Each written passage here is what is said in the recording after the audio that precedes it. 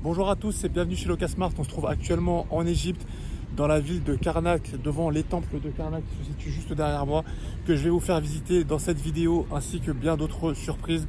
Suivez-nous pour d'autres aventures. Donc voici ce qu'on appelle les temples de Karnak et non pas le temple de Karnak.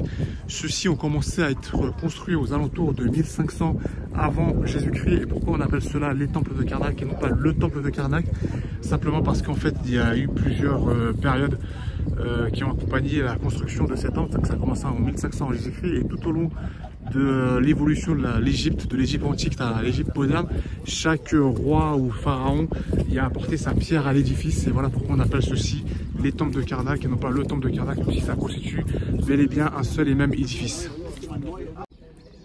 Alors, on était avec notre guide qui nous expliquait justement comment, selon les théoriciens, ils auraient monté tout ce qui est pyramide et temples, etc. Vous voyez tous ces amas de terre qui auraient servi apparemment à la construction justement du temple. Les esclaves de l'époque transportaient justement les briques de pierre jusqu'à 44 mètres de hauteur là, pour cette partie du temple notamment. Donc ce serait comme ceci qu'apparemment ils auraient réussi justement à monter le temple en hauteur jusqu'à 44 mètres. Donc là on se situe à l'intérieur des temples de Karnak. On peut voir comment ça a été assez bien conservé avec les colonnes qui représentent certaines scènes de l'Égypte antique. Alors la plupart du temple a été restauré par le roi Ramsès II et c'est pour cela qu'il occupe une place assez importante dans l'histoire égyptienne. Il a vraiment pris le temps de restaurer tout ce patrimoine égyptien. Malheureusement ça n'aura pas duré dans le temps, mais il a vraiment pris un gros travail de reconstruction à l'époque pour justement restaurer le temple comme il était dans son état originel. Juste ici, là, devant nous, on peut voir un obélix comme celui qu'on peut retrouver notamment à la place de la Concorde à Paris. Apparemment, celui de la place de la Concorde à Paris proviendrait d'un échange entre le roi égyptien de l'époque et le président français de l'époque dans les années 1800. Et ce sera un des obélisques donc, qui proviendrait du temple de Karnak. Donc là, on a avancé un petit peu dans le temple. On se retrouve dans une autre partie du temple, une partie un petit peu en plein air. Et de cette partie, les pierres que vous pouvez voir ici, là, juste là sur le toit, étaient disposées de telle sorte à ce que la lumière puisse entrer dans le temple à toute heure de la journée. Donc à l'époque de l'Égypte antique, on ne connaissait pas certains fruits et certains animaux comme aliments, notamment le poulet. Et donc là, ici, les hiéroglyphes que vous pouvez voir juste en haut, ici, là, de la colonne, en fait, représentent tout ce qui était exotique pour eux, certains fruits, certains animaux, notamment le poulet. Ici, on peut voir des fruits que je ne saurais pas vous dire si c'est des raisins ou si c'est des cerises, je ne saurais pas vous dire ce que c'est. Mais en gros, pour eux, c'était des fruits exotiques à l'époque. Donc là, on se situe dans la partie extérieure, dans la cour extérieure donc, du temple de Karnak. Ils ont fait une étendue d'eau, donc un lac artificiel en plein milieu du temple. Donc c'est assez joli comment c'est fait, franchement, c'est vachement beau en plein milieu du temple. Et ça constitue donc la cour du temple à l'époque. Et là, voici les vestiges, les ruines du temple de Karnak. Ça, c'est une partie du temple qu'on n'a pas visité avec le guide, donc malheureusement, j'aurais pas les explications à vous fournir, mais qui est en travaux, mais que je tenais quand même à vous montrer parce que c'est assez joli. Il y a cette partie-là qui s'est effondrée, je pense.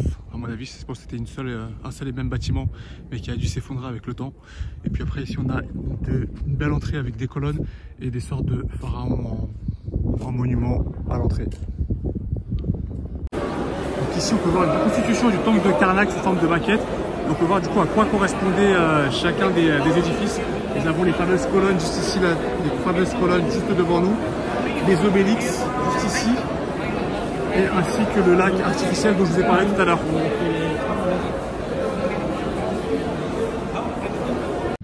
Donc là on se situe devant le second temple de Luxor, vraiment le temple de Luxor celui-ci, et non pas plus le temple de Karnak.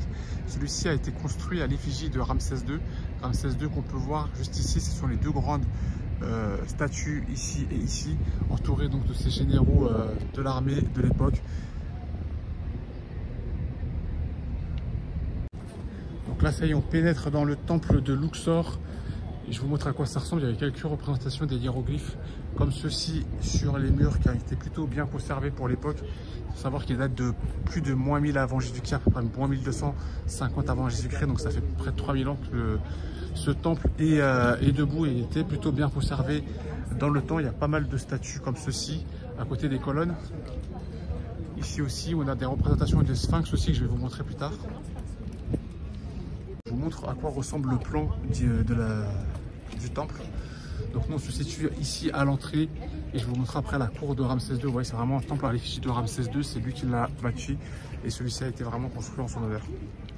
Donc voici à quoi ressemble la cour Ramsès II.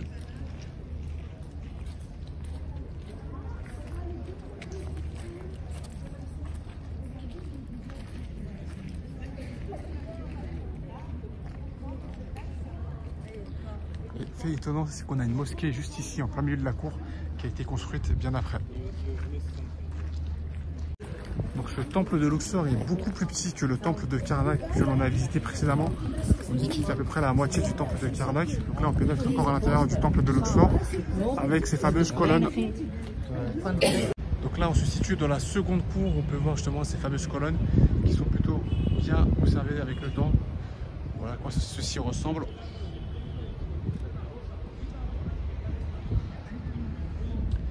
Là, c'est d'où l'on vient, juste derrière ces piliers, c'est la fameuse cour Ramsès II dont je vous ai parlé tout à l'heure. Donc à l'époque d'Alexandre le Grand, le temple de Luxor a été réutilisé pour en faire justement une église. Là, on peut voir des vestiges de ce qui ressemblerait à des vitraux si c'était sur du verre. En tout cas, on peut voir ici les apôtres de Jésus notamment.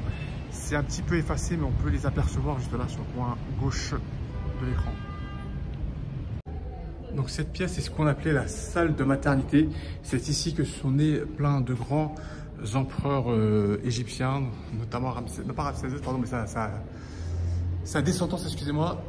Et donc ici, c'était vraiment la salle de maternité, là où naissaient les futurs empereurs égyptiens à l'époque, où Luxor était la capitale de l'Égypte. Donc là, on est dans la partie musée à ciel ouvert et on peut constater qu'ils ont fait des stèles en hommage aux différents pharaons qui sont succédés. Là, on a Ramsès III qui fait donc partie de la 20e dynastie des pharaons. Juste ici, nous avons Ramsès II qui lui fait partie de la 19e dynastie, et ainsi de suite. Et donc du coup, on a les différents pharaons qui se sont succédés avec leurs stèles en leur hommage. Donc là, il est presque 13 h, on vient de rentrer de nos visites des temples. On se situe dans nos appartements, plus précisément sur notre bateau, puisque c'est une croisière qu'on a pris ici à Luxor. Donc on a une croisière prévue pour 7 jours. Donc je vais vous montrer un petit peu mieux de quoi il s'agit. D'abord, je vais vous montrer comment on est arrivé ici. On est arrivé ici à Setou, sous les coups de 2h45, 3h, heure égyptienne. On s'est levé ce matin à Setou aussi, 7 h du matin pour la première visite. Donc on est assez fatigué, assez KO. Cet après-midi, il n'y a rien de prévu, donc on va pouvoir se reposer ici au bord de la piscine, profiter du bar de la piscine simplement, avec les transats pour se reposer à côté. Et donc du coup on se situe en bord de Nil, comme je vous le disais, avec vraiment une cabine avec vue sur Nil, ce qui est assez sympa. C'est plutôt cool pour justement bien se détendre après ce voyage qui était assez fatigant.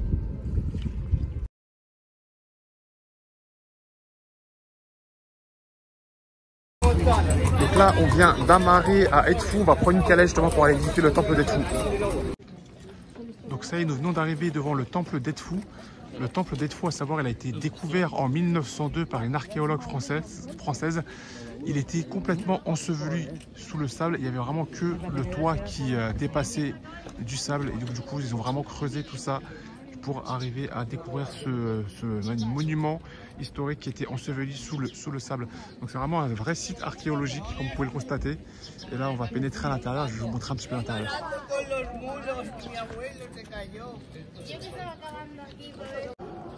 Donc ça, c'est l'entrée principale juste là devant nous. Et là, nous sommes donc dans la cour intérieure du temple d'Edfou, avec les colonnes sur le côté. Et la première entrée qu'on vient de passer du coup.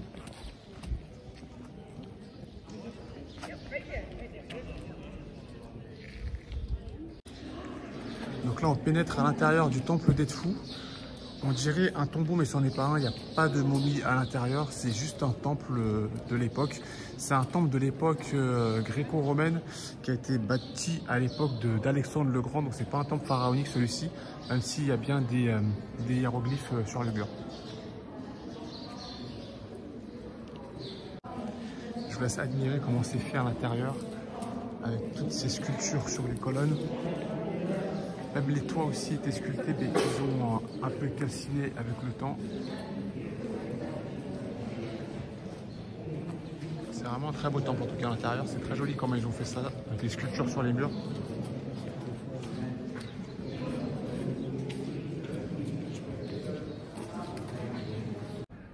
Donc dans ce temple, on a quelques pièces comme ceci, avec des petites aérations sur le toit pour laisser passer la lumière. Je ne sais pas à quoi correspond cette pièce, mais c'est magnifique, avec les petites sculptures sur le mur, tout du long du mur. Vraiment, c'est plutôt bien conservé dans le temps. Donc là, on est à l'extérieur du temple d'Edfu, justement entre le temple qui est juste là sur la gauche et la partie externe. Il y avait une sorte de cour à l'extérieur du temple, justement.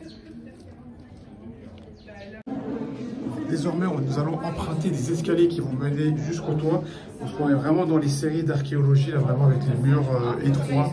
C'est vachement étroit, faut pas être claustrophobe, on va dire, mais c'est plutôt joli comment c'est fait en tout cas. Malheureusement, l'accès au toit est fermé, mais voici jusqu'où ça mène. Et apparemment, là, juste là sur la gauche, on aurait eu accès au toit du temple, mais on ne peut pas y accéder malheureusement.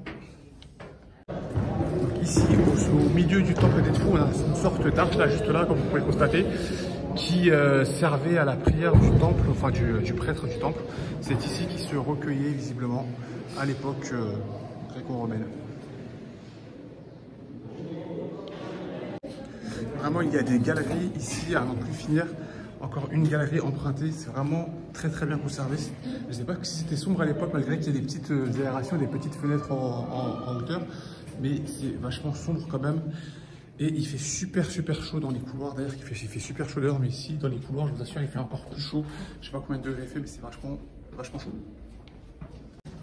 Bon, décidément, pas de chance, ils auront bien fermé tous les accès au toit. C'est encore un couloir qui menait au toit, mais celui-ci est fermé, comme vous pouvez le constater avec la grille juste devant nous. Alors, ici, c'est la pièce qui était consacrée à la déesse de l'air dans leur religion de l'époque. Comme vous pouvez voir, on peut l'apercevoir ici au plafond, c'est celle qui est peinte en bleu et elle fait tout le tour du plafond. Du coup, on peut apercevoir ici sa tête, enfin sa main ici, sa tête ici, et après là, son corps et ses jambes juste ici, on dirait limite une sirène.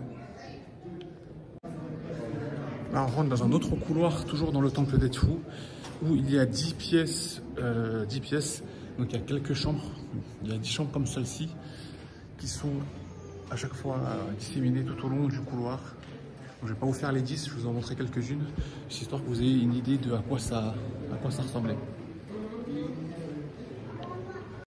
Là, on est toujours dans le couloir dont je vous parlais, c'est la salle la mieux conservée, donc je vais vous la montrer. Comme vous pouvez voir, les sculptures sur le mur, ce coup-ci, sont en couleur. C'est vraiment les couleurs d'époque, elle n'a pas été restaurée, c'est vraiment resté comme ça depuis que ça a été construit. Donc je ne sais pas qu'est-ce que ça représente, si c'est un couronnement ou autre. En tout cas, c'est vraiment la salle la mieux conservée du temple.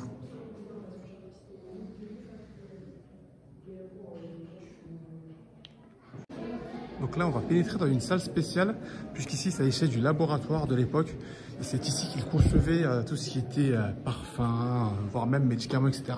Et là, ce que vous pouvez voir sur les murs, en fait, c'est hiéroglyphes, ce sont des recettes. Je ne saurais pas les déchiffrer, mais en gros, là, c'est ceci. Ça correspond à une recette pour soit un médicament, soit un parfum, en tout cas pour un produit de l'époque. Donc du coup, c'est gravé comme ça tout du long du mur, les recettes de l'époque pour confectionner ce dont je viens de vous expliquer. Voilà, alors là, on est sorti à l'extérieur du temple d'Edfu. Je ne sais pas si on a le droit d'être là. Regardez, c'est vraiment un musée à ciel ouvert. C'est vraiment un temple, enfin un site archéologique. Ce temple, c'est vraiment magnifique. Je vais vous montrer un petit peu mieux. On fait un tour avec vous. Mais c'est vraiment magnifique cette partie en plein air. Et là, on peut voir justement les sculptures à même le temple.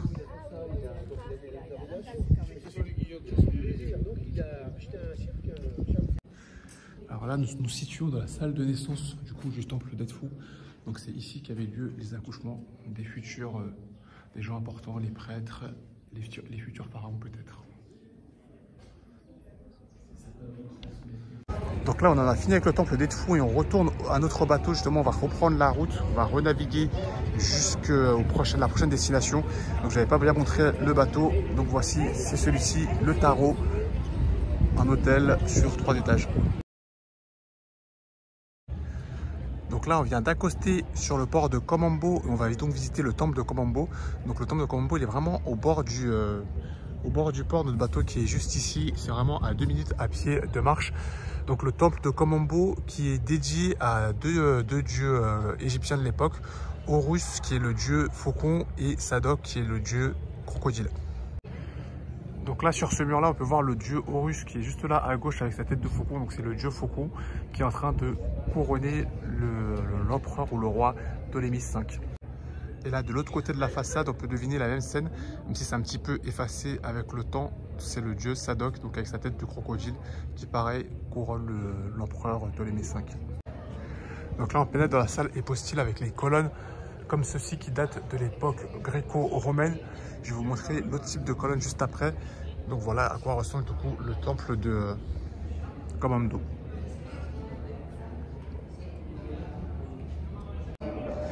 Là on pénètre dans la seconde pièce du coup du temple. Et contrairement à la première pièce, c'est le haut des colonnes qui différencie le type de colonne. Donc là on est vraiment dans l'époque pharaonique visiblement avec les têtes de colonnes. Contrairement à celles-ci qui sont très différentes en fonction de l'époque en fait.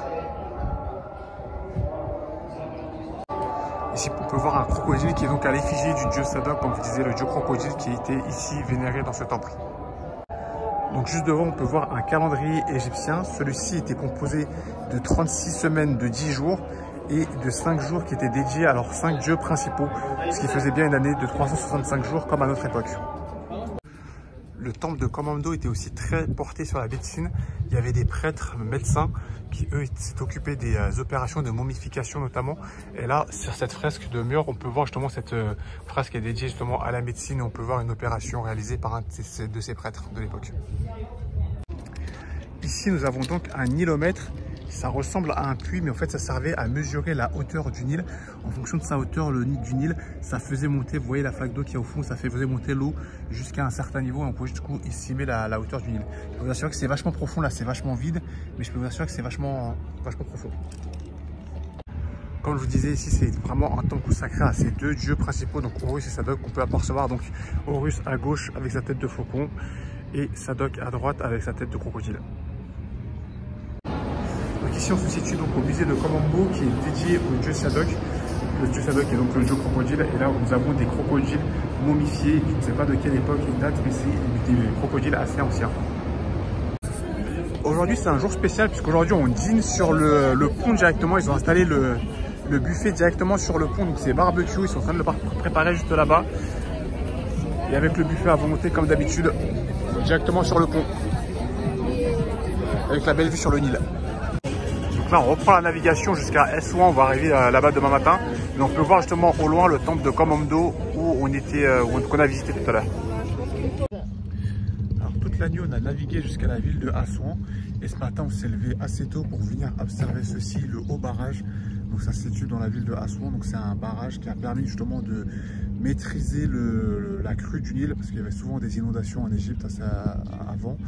Et aussi en plus de ça, on en a profité pour justement faire une centrale électrique grâce à l'eau du barrage qui permet d'alimenter une bonne partie du pays. Et donc voici l'autre berge du barrage. Donc on est venu observer un beau lever de soleil. Il est 6 h du matin, on est vraiment tout seul sur la route. C'est vachement agréable de voir cela. Donc là j'imagine que ceci ça doit être la mer dans laquelle le Nil vient se déverser. J'ai pas encore eu les explications du guide pour vous dire ce que c'est, mais en tout cas c'est à perte de vue en tout cas.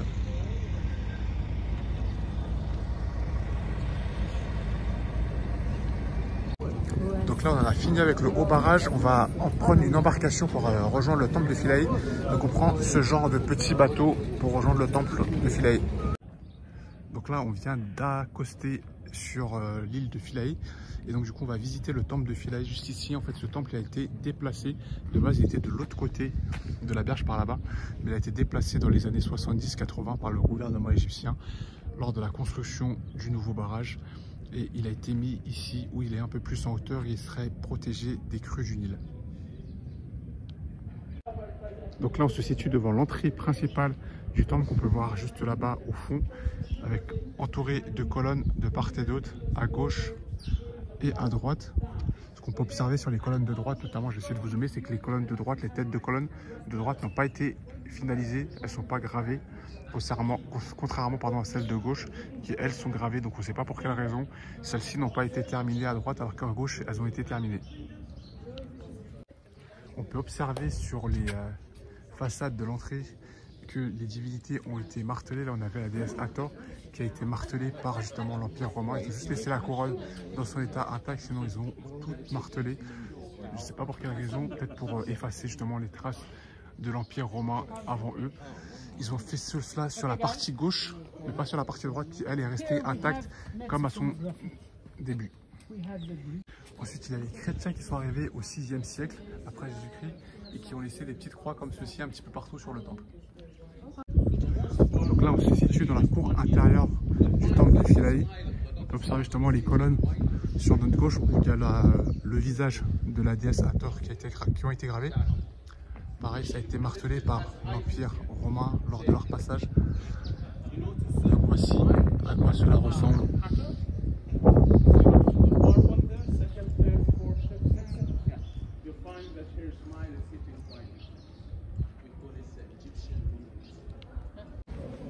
Donc là, on vient de pénétrer dans la première pièce du temple.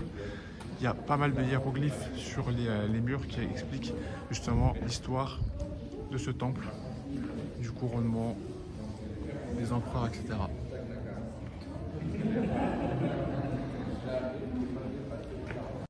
Il y a pas mal de passages secrets, de petites trappes, des petites portes qui mènent justement à ce genre de petites pièces. Il fait hyper chaud par contre dans ce genre de petites pièces.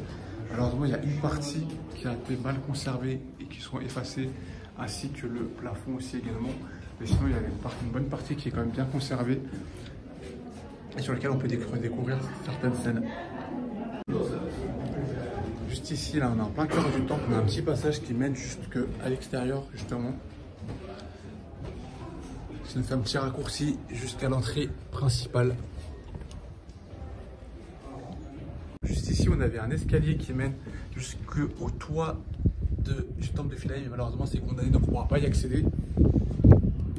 Mais à la place, on a une vue sur la sortie, et franchement une très belle vue, avec un vent agréable directement avec vue sur le Nil. C'est super beau, magnifique la vue.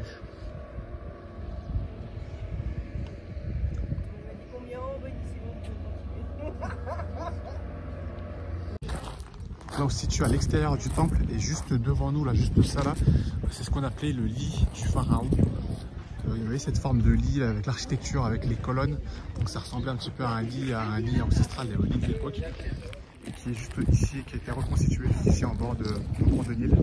Et qui est vraiment face au temple de Philae.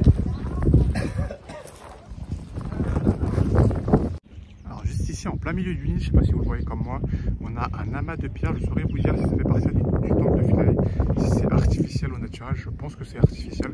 En tout cas, c'est très joli. Je pense que ça fait une belle décoration en plein milieu du Nil, juste en face justement du temple.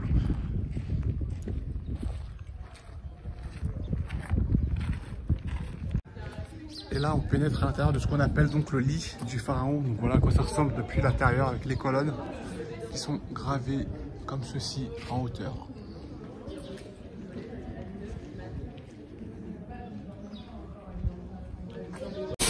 Donc là, on est entré dans une parfumerie et donc on va vous montrer comment on fabrique justement un flacon de parfum à base de cette ampoule de verre.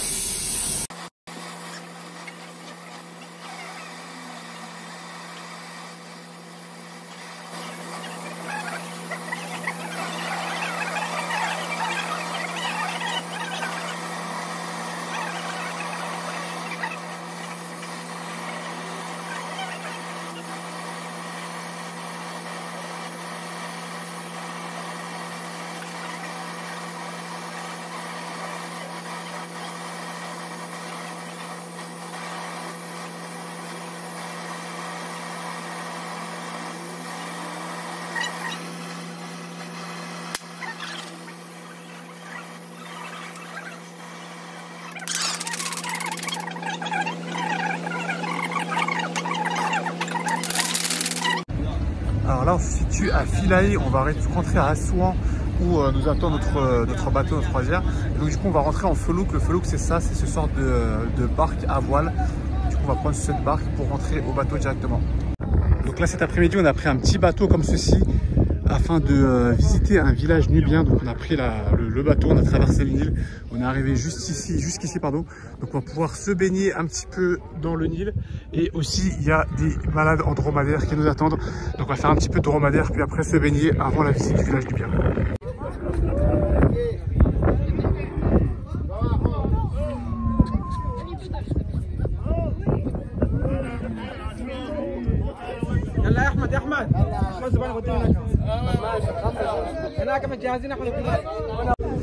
Donc là on va faire une petite balade dans le désert à bord du chameau. C'est pas très stable donc je vais pas filmer très longtemps, mais c'est franchement quelle sensation, c'est incroyable. Donc là on a repris le bateau et on va arriver au fameux village nubien. Je voulais juste vous montrer un petit peu la façade avant qu'on arrive.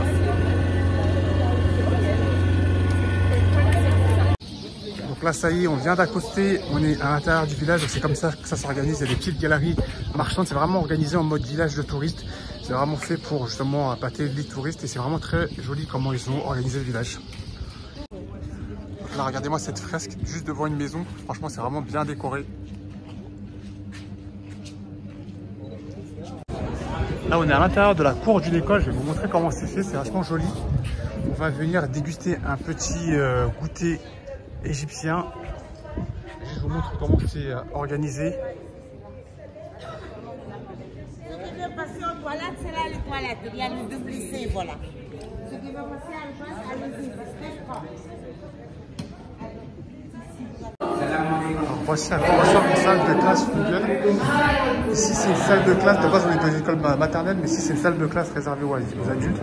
Pour ceux qui n'ont pas eu la chance d'apprendre à lire et à écrire, ils peuvent venir ici et suivre des cours du soir pour apprendre à lire et à écrire en arabe.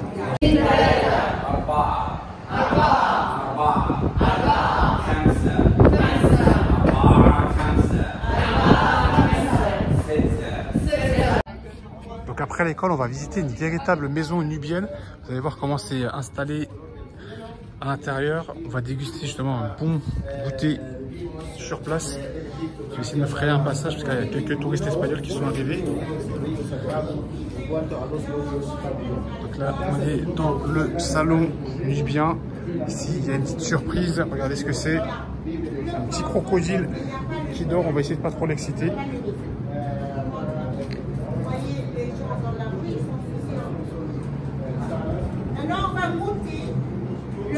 Donc là, c'est l'heure du goûter. On va déguster un thé chaud avec du miel noir, on appelle ça du mélasse, et du halava avec du pain. Juste ici, on a un bébé caïman pour ceux qui veulent prendre. Pour les plus téméraires, ce ne sera pas pour moi. Je passe mon tour, mais bon, il y aura peut-être des plus courageux. Donc là, on est monté sur le toit de la maison. Ça se présente comme ceci. Donc il y a une partie en plein air, en extérieur. Et il y a une partie couverte. Apparemment, c'est un lieu de rassemblement. Le soir, les hommes du village se rassemblent, boivent du thé, fument des chichas et passent des soirées ensemble ici. Les hommes et les femmes séparés. Les hommes sur le toit visiblement et les femmes à un autre endroit dans la maison. Alors là, on s'apprête à quitter le village nubien, mais je voulais vous montrer ce point de vue avant. On a un petit hôtel atypique juste ici avec plein de couleurs juste devant nous. C'est vraiment un beau lieu à visiter, un beau lieu de passage.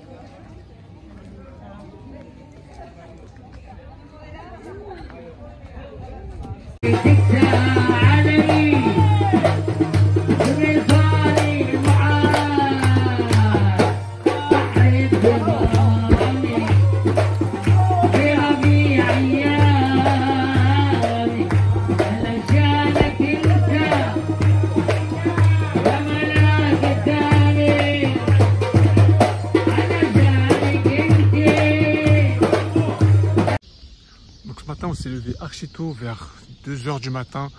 On a pris le car, 3 heures de car pour arriver sur Abou Simbel, pour y admirer ce magnifique lever de soleil, même si là c'est la fin, et justement visiter le temple d'Abou Simbel qui est juste là devant nous. Autre information, on a juste devant nous le lac Nasser, c'est pas le Nil, c'est vraiment le lac Nasser. Donc c'est un lac artificiel qui a été construit par les Égyptiens. En fait, ils ont récupéré de l'eau du Nil pour stocker dans ce lac artificiel. Et donc c'est le lac le lac artificiel le plus grand du monde. Il fait que 700 km de longueur et par endroit, il fait jusqu'à 180 mètres de profondeur. On fait juste la fin de ce lever de soleil avant d'arriver au temple. Regardez les couleurs qu'on a là-bas. C'est vraiment magnifique tout là.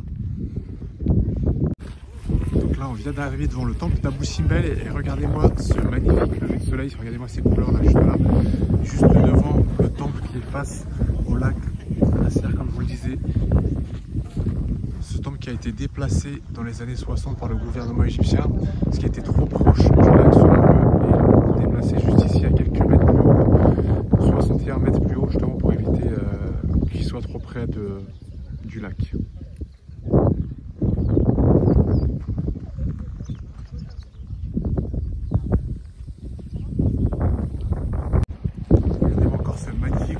Face au lac, et ça c'est pas magnifique, ça valait vraiment le coup de se lever tôt ce matin à 2 h du matin si c'est pour admirer ce genre de paysage. Juste en face, une seconde entrée du temple juste ici dont je vais vous parler juste après. Donc là on se situe devant l'entrée du temple principal. Comme vous pouvez voir, il y a 4 statues qui représentent de gauche à droite donc le roi Ramsès II, son épouse favorite, parce qu'il y avait plusieurs épouses, Néfertari. Comme vous pouvez le constater, il n'y a pas de tête, il n'y a pas de visage, mais en fait le visage et la tête sont tombés, ils sont juste là en bloc de pierre, là juste devant la fille, ils sont tombés à l'époque du règne du roi Ramsès II, et malgré que le temple a été déplacé, ceux qui ont reconstruit le temple ont préféré laisser comme tel pour laisser dans son état d'origine authentique. À droite et à gauche, ce sont ses 2 fils préférés, dont je n'ai pas retenu le nom, mais c'était 2 fils préférés du roi Ramsès II. Bien qu'il y en avait plusieurs, il a préféré représenter ces 2-là. Donc désormais, on va pénétrer à l'intérieur du temple. À savoir que les explications ne sont pas permises à l'intérieur du temple, donc je ne sais pas si je vais pouvoir parler comme je le fais là sur la vidéo. Peut-être que j'essaierai de chuchoter, mais au moins je vais vous montrer les images pour vous montrer à quoi cela ressemblait. Donc avant de rentrer dans le temple, je voulais juste vous montrer ce qu'il y avait de gravé sur les façades à l'entrée, de part et d'autre, à droite et à gauche, des scènes représentées.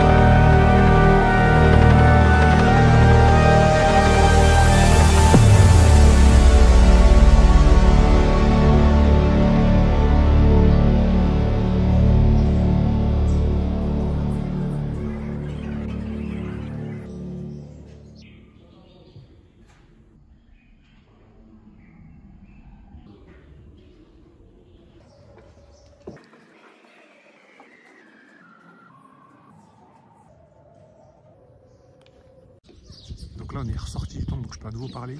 J'avais oublié de vous montrer au pied des statues des 2 fils les faucons, en référence au dieu Horus qui est le dieu faucon de la religion égyptienne.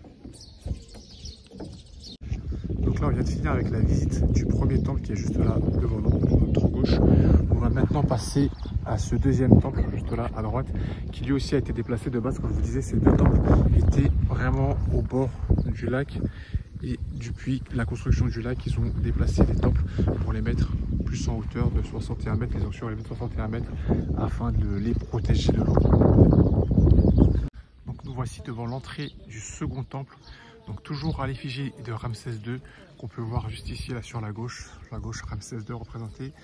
À sa droite le dieu Horus, puis après les trois autres statues, je vous avoue je ne sais pas qu'est-ce que ça représente, donc je ne vais pas vous dire de bêtises. Mais Ramsès II a joué vraiment un rôle important dans cette Égypte antique, puisqu'il est à l'origine de la restauration de pas mal de temples, pas mal de monuments d'avant son époque. Et ensuite, il a construit pas mal d'autres monuments, comme notamment ici ce temple d'Abou Simbel. Donc là, on va pénétrer à l'intérieur du second temple, qui est donc composé de la même structure architecturale que le premier temple, donc c'est-à-dire avec une première grande salle hypostyle. Juste, il n'y en a pas de seconde. Donc dans la première salle hypostyle, il y aura 6 grandes colonnes et non 8 comme dans l'autre. Donc je vais vous montrer ça à l'intérieur tout de suite. Et comme tout à l'heure, je ne pourrai pas parler à l'intérieur, donc je vais vous montrer uniquement les images.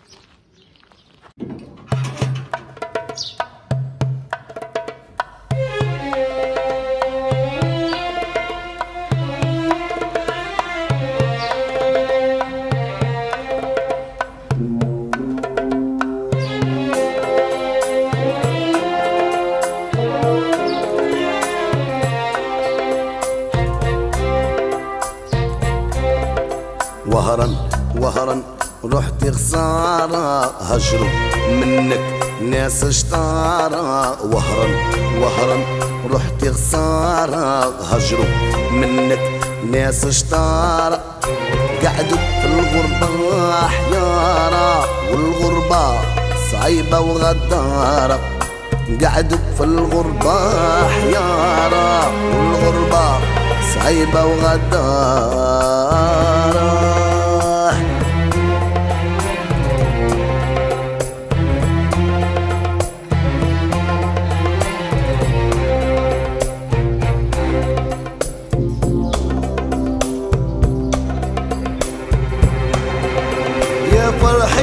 على ولاد الحمري ولاد المدينة سيد الهواري يا فرحي على ولاد الحمري ولاد المدينة. Donc là ça y est, on a repris le bateau, on va retourner en direction de Luxor et ce coup-ci on va visiter la rive ouest. Alors ce matin on s'est levé archi tôt, vers 5 h du matin pour visiter la vallée des rois. On est venu avec ces petites voiturettes de golf jusqu'ici dans la vallée des rois qu'on va maintenant visiter.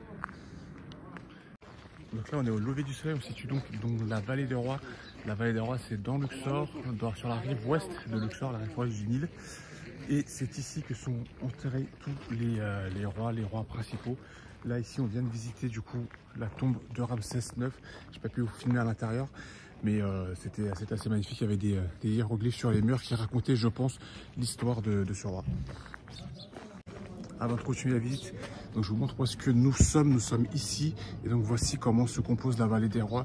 Donc il y a les tombes de différents rois, comme je l'ai dit on a fait Ramsès IX, il y a pas mal de Ramsès, je crois pas qu'il y a Ramsès, ah si il y a Ramsès II aussi également, mais il n'y a pas les corps, en fait c'est les tombeaux mais il n'y a pas les corps. Je pense que les momies ont été déplacées vers des musées du Caire ou autres, mais en gros voici comment se compose la vallée des rois.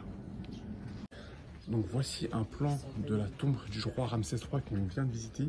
Donc Ramsès III, il faisait partie de la 20e dynastie, c'est le successeur direct de Ramsès II. Donc voici à quoi ressemble son tombeau. Donc ici il y avait l'entrée, c'est vraiment un grand couloir qui descend jusqu'en profondeur. Il y a plusieurs corridors, j'ai pas pu vous filmer l'entrée mais je vous explique un peu comment c'était à l'intérieur. Donc il y a plusieurs corridors et tout au fond, ici vers ici, c'est la chambre funéraire où était censé reposer le corps de Ramsès III. Bon, ils vont le déplacer, mais c'est comme ça que situé Ramsès III de base. Donc là on vient de visiter le tombeau de Tauzert et Seknat qui sont en couple, empereur et impératrice. Donc en fait ici à la vallée des rois il n'y a pas uniquement des hommes, ce que je viens d'apprendre, il y a aussi des femmes, mais des femmes qui ont régné sur l'Égypte, contrairement à la vallée des reines où ce sont uniquement les femmes des impérateurs, des empereurs c'est-à-dire les Cléopâtres etc. qui sont enterrées.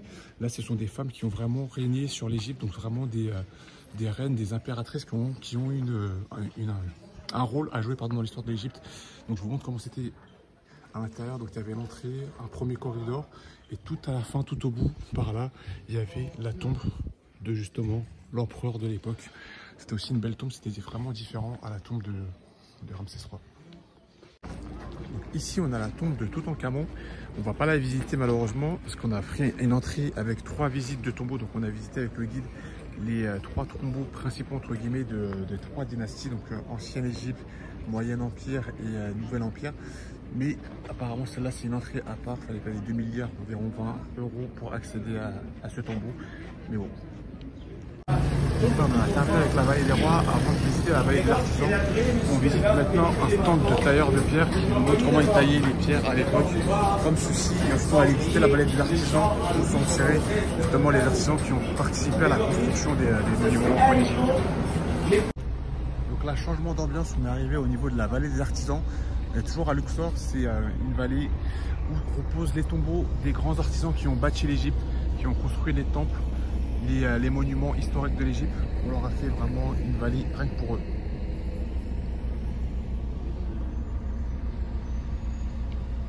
Donc là voici une maquette de à quoi ressemblait la vallée des artisans avant quand celle-ci a été construite.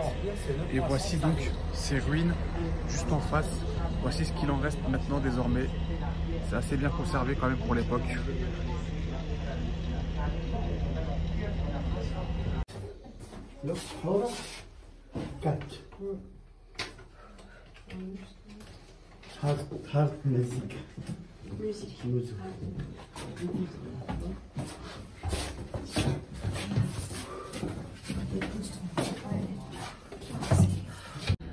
Donc voici le tombeau que je viens de vous montrer, c'est le tombeau de Inerka, qui était un des artisans qui a vécu sous le règne de Ramsès III et de Ramsès IV. Et donc voici comment s'organise son tombeau. C'était assez étroit pour descendre, donc je suis assez essoufflé. Mais je vous montre juste le schéma de comment il organise son tombeau. Alors là on va visiter un nouveau tombeau. Je sais pas si je vais passer avec mon mètre 80 ici, ça a l'air assez serré. Je vais me mettre à 4 pattes je pense.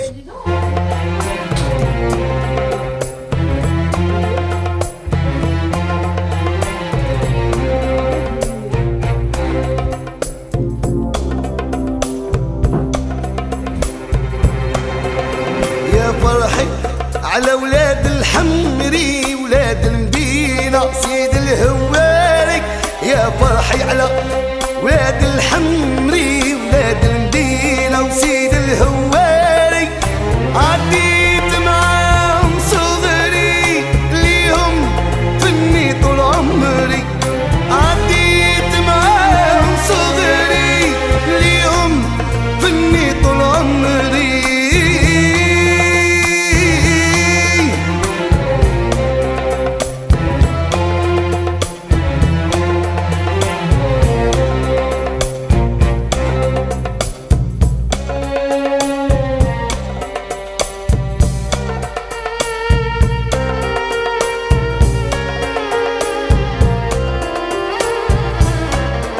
محلى سهريات بلادي القصبة والقلالي صادي محلى سهريات بلادي القصبة والقلالي صادي يلي ماشي ليها غادي والصوت يتهلوا في بلادي يلي ماشي ليها غادي والصوت يتهلوا في بلادي عمري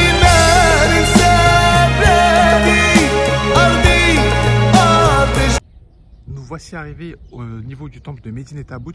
Le temple de Médine Tabout a été érigé à l'époque du roi Ramsès III, donc juste après Ramsès II.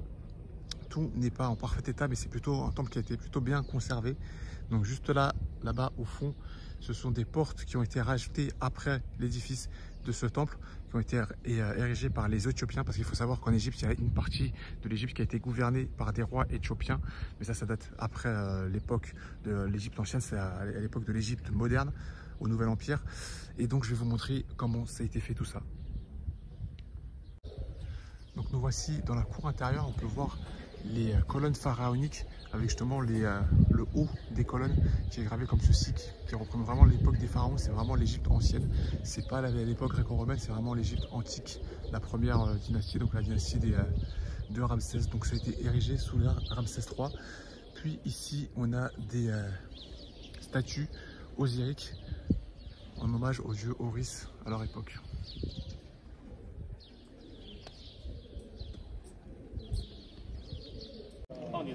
Et donc là, nous voici dans la seconde cour du temple, qui se présente comme celle-ci.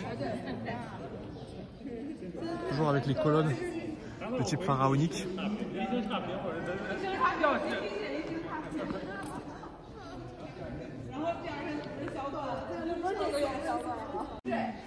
Alors, sur ce mur, on peut voir un scribe qui compte les mains coupées. En fait, ce qui se faisait à l'époque de l'Égypte ancienne, c'est que les ennemis de l'Égypte, on leur tranchait la main et après on comptait les mains coupées, le nombre de mains coupées justement pour savoir combien d'ennemis avaient été abattus ou capturés. Apparemment, il y avait une erreur dans les comptes à un moment donné, donc le roi pharaon a décidé de couper le sexe masculin pour justement pouvoir compter et qu'il n'y ait pas d'erreur. Donc ici, on se situe dans ce qui était la salle hypostyle. Mais comme vous pouvez le constater, il n'y a plus de toiture et les colonnes sont effondrées. En fait, de base, c'était des grandes colonnes qui montaient jusqu'au ciel. Mais là, il ne reste pas grand-chose de ces colonnes. Celles-ci se sont effondrées après un tremblement de terre et c'est resté comme ceci depuis. Vous voyez la hauteur du mur. Les colonnes, en fait, allaient jusqu'au haut du mur. Et il y avait un plafond, mais tout ceci s'est effondré suite à un tremblement de terre et ça n'a pas été reconstruit par la suite.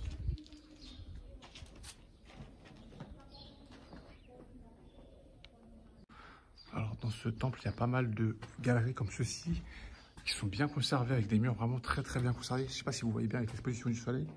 Je vais essayer de vous montrer au mieux, sachant que là il est presque midi, donc le soleil tape plutôt fort. Mais franchement, c'est vraiment un très beau temple, bien conservé dans le temps et dans l'âge. Une partie des fresques a été effacée, comme je vous l'ai dit, à cause du tremblement de terre. Mais ça reste un beau temple. Donc là, on est sur le chemin du retour jusqu'au bateau. On s'est arrêté devant ces deux statues qui sont les colosses de Memnon. Memnon, c'est une divinité grecque, mais ça a été érigé à l'époque gréco-romaine par les Grecs, justement pour représenter Memnon, qui était une divinité grecque de l'époque. Tropicale, elle était sacrée chez les pharaons pour deux raisons. Première raison, sa fleur qui est en face de nous, à la forme. C'est quelle forme, à votre avis? Un rayon de soleil, exactement monsieur. C'est pour cela que vous avez un petit cadeau. Ça, c'est moi le bas. Ah là, c'est dommage. D'accord.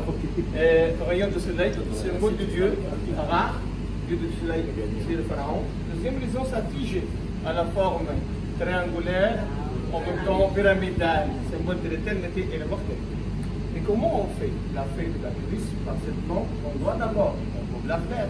Il y a la cime, après ça, on brise la tige qui arrive jusqu'à 3 mètres, on va mettre demi des bons détails désirés, soit grand, moyen, ou petit. Ensuite, on lève le corset. Verte, par exemple, qui est toute taille là, regardez ça là, c'est pas cadeau, faites attention. D'accord? On élève les corsets verts.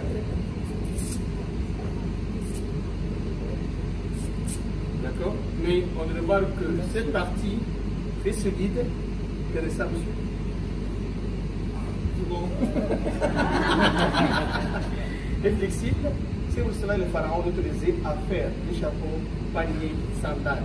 On utilise la partie entière à la fabrication du papyrus. Donc pour cette partie, on doit la mettre fine, comme ça, mais on remarque que cette partie fragile, elle se casse facilement parce qu'il y a la quantité d'eau qui se dedans. C'est pour cela qu'on utilise, c'est quoi ça chez vous? Marteau. Amaillé, pour taper les fibres. Et après ça, on utilise, vous connaissez bien ça?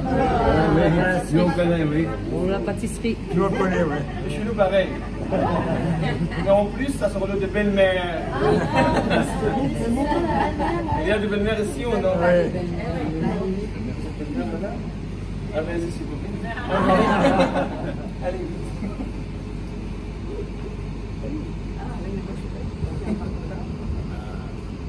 Waouh. Quel talent, ça. Et je ne fais jamais la cuisine. D'accord. Non, plus fort.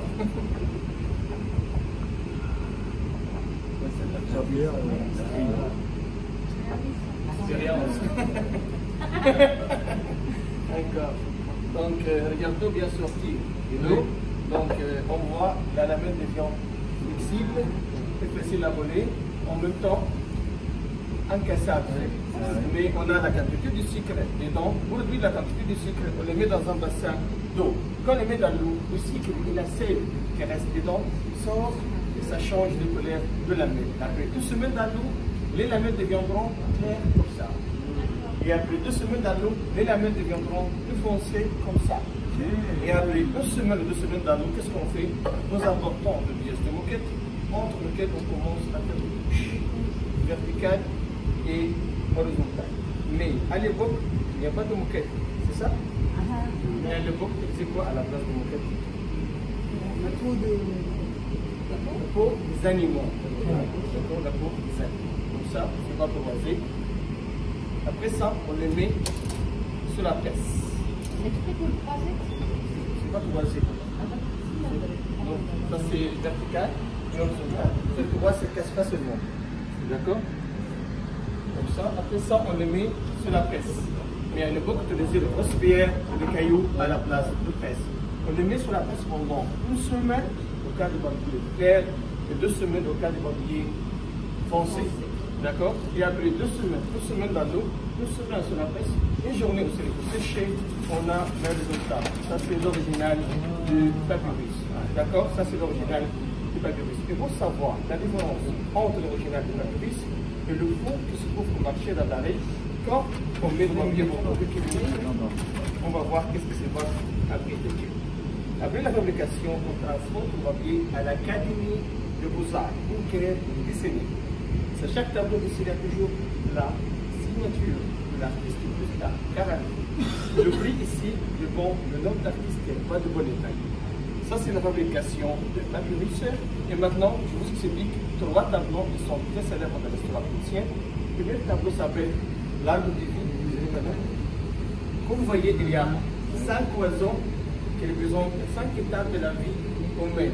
On commence par naissance, enfance, adolescence, jeunesse, mariage, et là,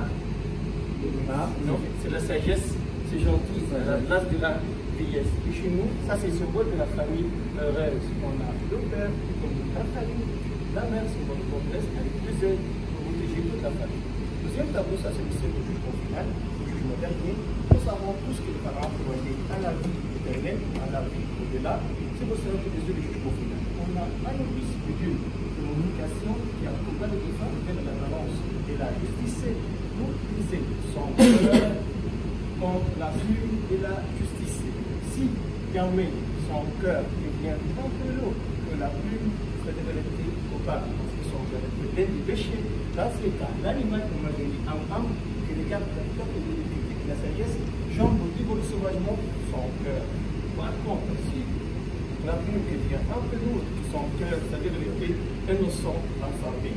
Dans ce cas, nous risquons de la pétition à combattre de fin vers le paradis. Au paradis, il est habillé par plusieurs risques de paradis. Existe la déesse de l'amour, de la beauté, existe la déesse de la magie. Troisième tableau, ça c'est le calendrier. L'original se trouve au musée de Louvre, à Paris. Vous de quel pays? France, chez vous, on a 4 couples de dieux. Le risque représente 4 rois, 4 noms. 4 états qui nous donnent les saisons de l'année. Ensemble, sont 12 qui donnent 12 mois de l'année. On a les bras, 24 bras qui nous donnent les 24 heures du jour. Au milieu, ce qu'on voit, lion, balance, scorpion, dessiné astro. Finalement, nous avons un tableau qui s'appelle le cartouche royal. C'est en forme très sacrée parce qu'on a seulement le roi et la reine marqués leur nom par l'alphabet hiéroglyphique parce que ça leur donne l'éternité et la chance de soi. Maintenant, si vous vous intéressez, ajoutez vos prénoms au nombre de quelqu'un tout de suite. Nous avons aussi à la tête professionnelle de l'écriture. Choisissez le modèle placé avec un seul prénom, il y en a dans le couple, le membre de la famille pour vous aider. Vous allez payer 3 euros en plus pour l'artiste qui va ajouter le prénom. Sur chaque tableau, il y a 2 numéros. Le bleu, le numéro de tableau, le rouge, le prix en livre du ciel. Le prix ici, en vente de la remise. Maintenant, on voit qu'est-ce qui se passe après quelques minutes. Pour savoir, ça reste comme ça, mais l'autre, ça déchire facilement. D'accord? Je vais vous montrer ça. Ça, c'est les lignes verticales.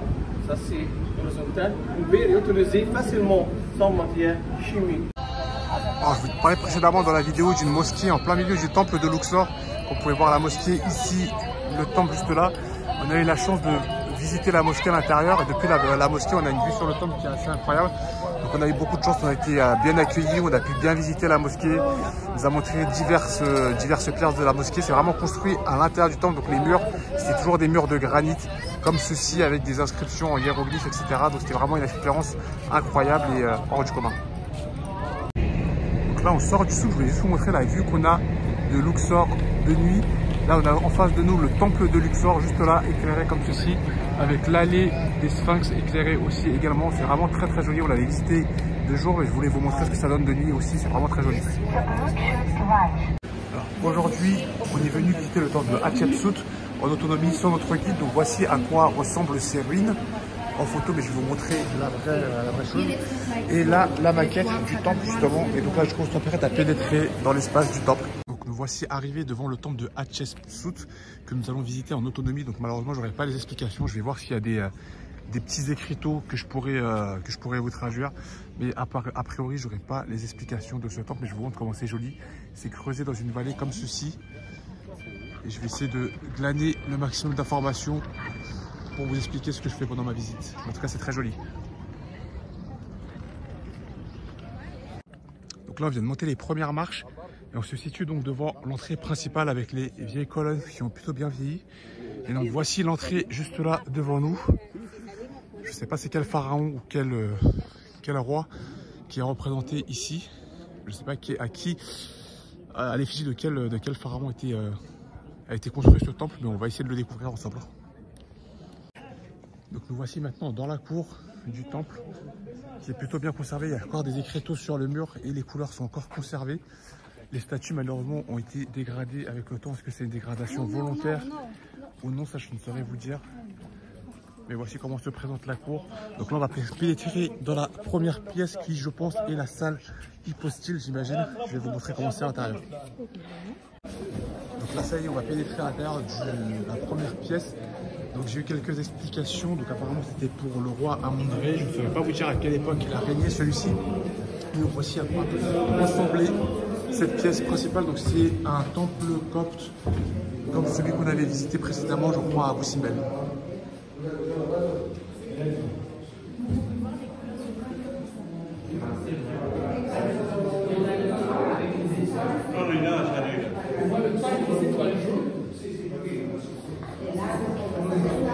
On peut voir sur ce mur une représentation du dieu Horus avec sa tête de faucon comme vous pouvez le voir, qui est plutôt bien conservée et des explications hiéroglyphes juste au-dessus. Là on va pénétrer dans une seconde partie du temple, celle-ci est en plein air. Il reste quelques colonnes qui sont restées debout, pas jusqu'au bout, mais celles-ci sont quand même intactes. Et il reste quelques dessins sur les murs qui sont plutôt bien conservés, comme celui-ci notamment, qui doit représenter, j'imagine, le pharaon de l'époque. Mais j'ai pas la scène de son entièreté malheureusement.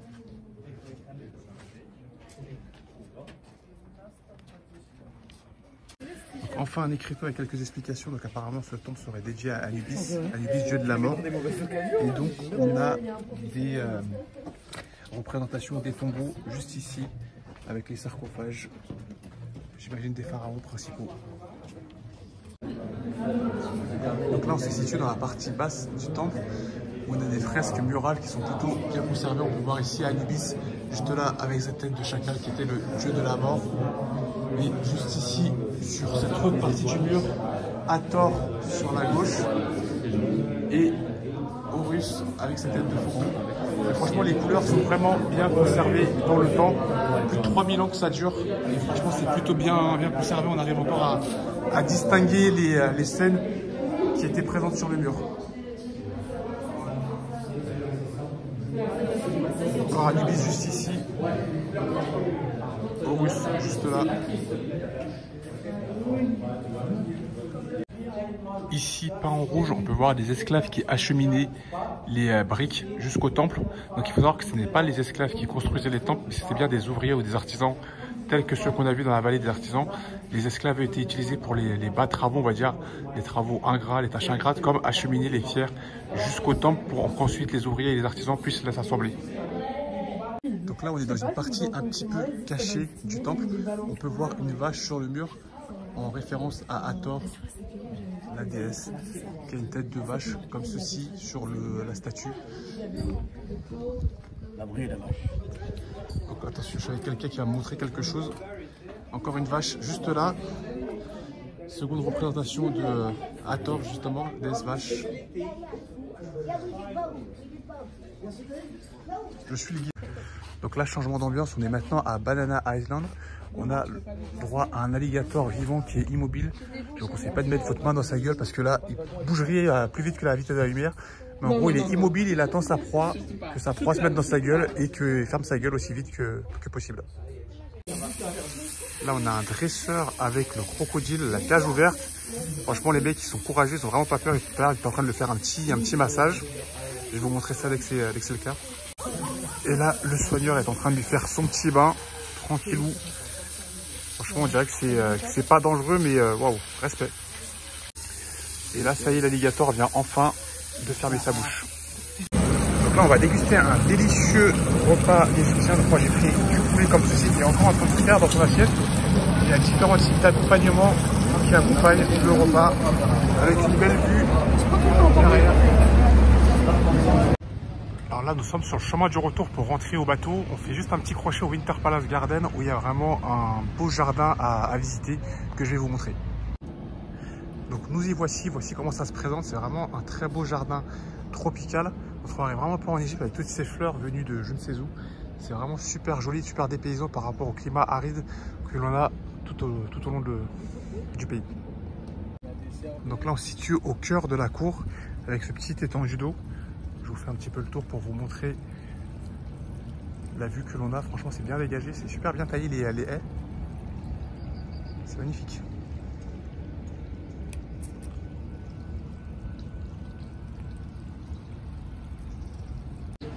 Et là, pour finir en beauté, le coin piscine avec ces petits palmiers, franchement incroyable.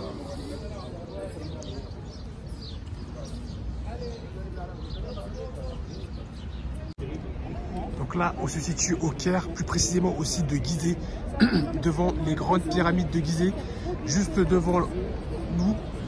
Là, je vous la filme de près, mais je vais essayer de m'éloigner un petit peu plus pour vous la filmer dans son intégralité. Donc on a roulé de nuit depuis là où on était, 8 heures de route pour 800 km. On est arrivé là ce matin devant la pyramide de Gizeh. On a reçu les explications du guide et c'est vachement intéressant. Plus de 2 300 000 blocs constituent cette pyramide qui a failli s'écrouler au XIVe siècle mais qui a été consolidée à l'époque.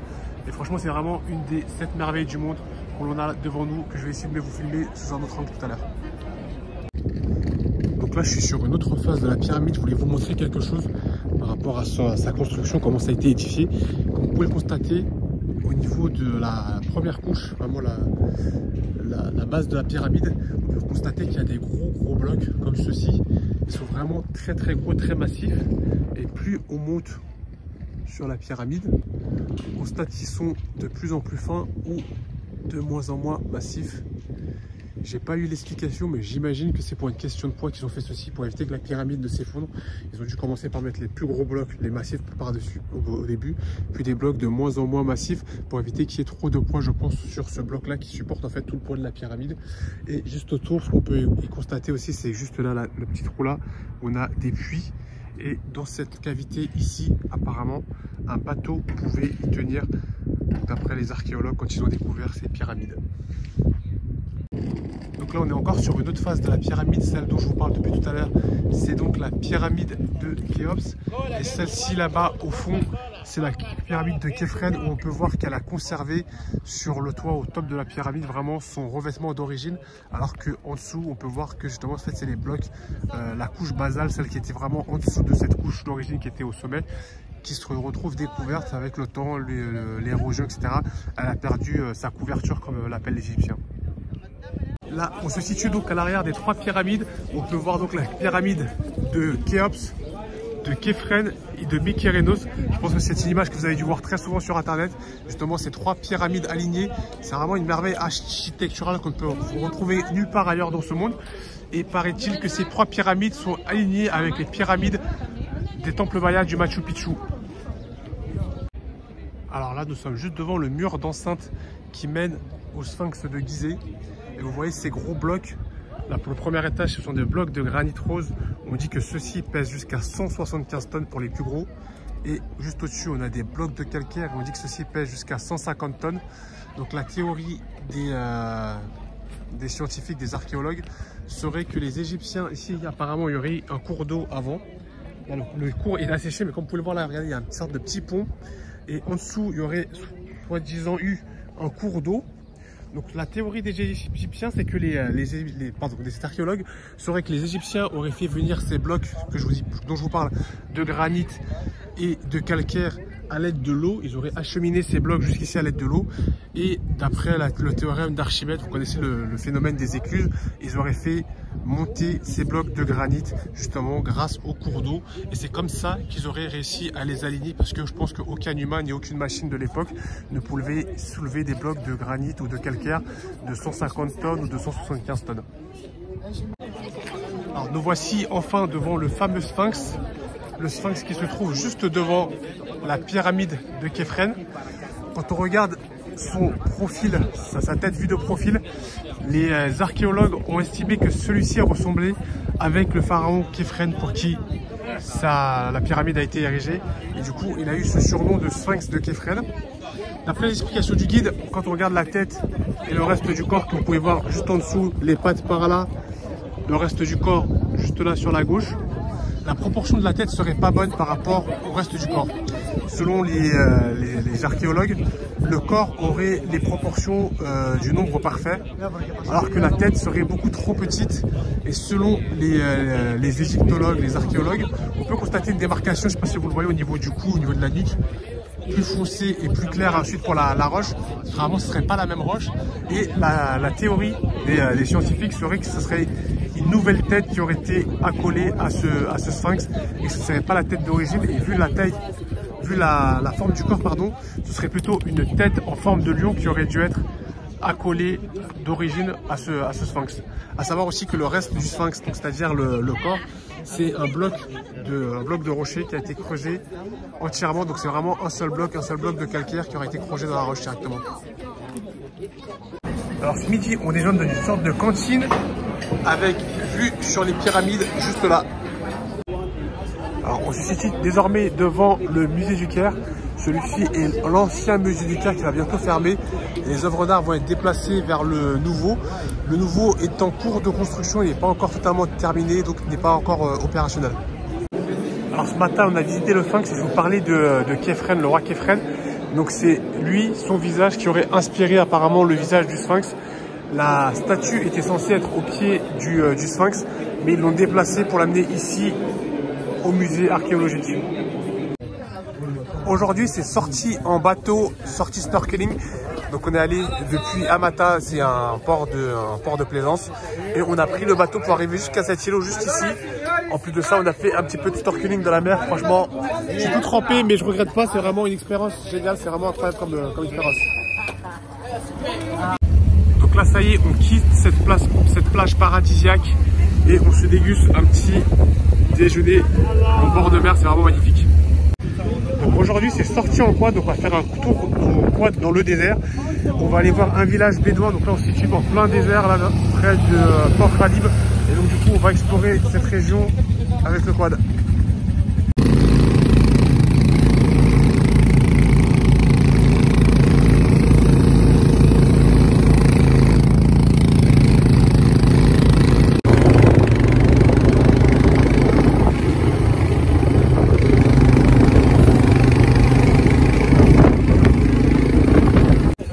Regardez-moi le spot de fou. On va faire une petite pause. On est dans le désert, en plein coucher de soleil, avec la mer juste en face. Waouh, magnifique. Ils savent faire les Égyptiens.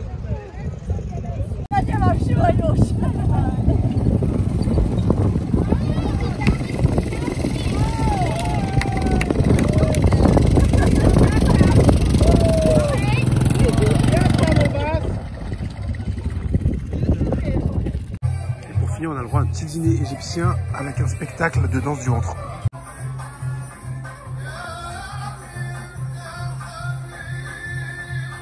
En plus de ça, on a même le luxe d'avoir une Jeep pour nous pour le retour. Waouh, c'est trop d'honneur. Et voilà, c'est la fin du voyage. On se retrouve ici au Novotel de Marsa Alam dans cette magnifique piscine avec cette magnifique vue. Donc c'est notre dernier jour de vacances. On s'apprête à reprendre l'avion pour retourner sur Paris justement. Donc ça aurait été franchement des vacances magnifiques. Haut en couleur, on aura fait plein d'activités, plein d'aventures. Donc c'est vraiment une destination que je recommande, l'Égypte, et que j'aimerais bien refaire dans un futur proche. Donc voilà, ce sera tout pour cette vidéo. On se dit à la prochaine dans une prochaine vidéo. Et n'oubliez pas, avec Lucas Marc le Malin. Salut l'équipe, ciao.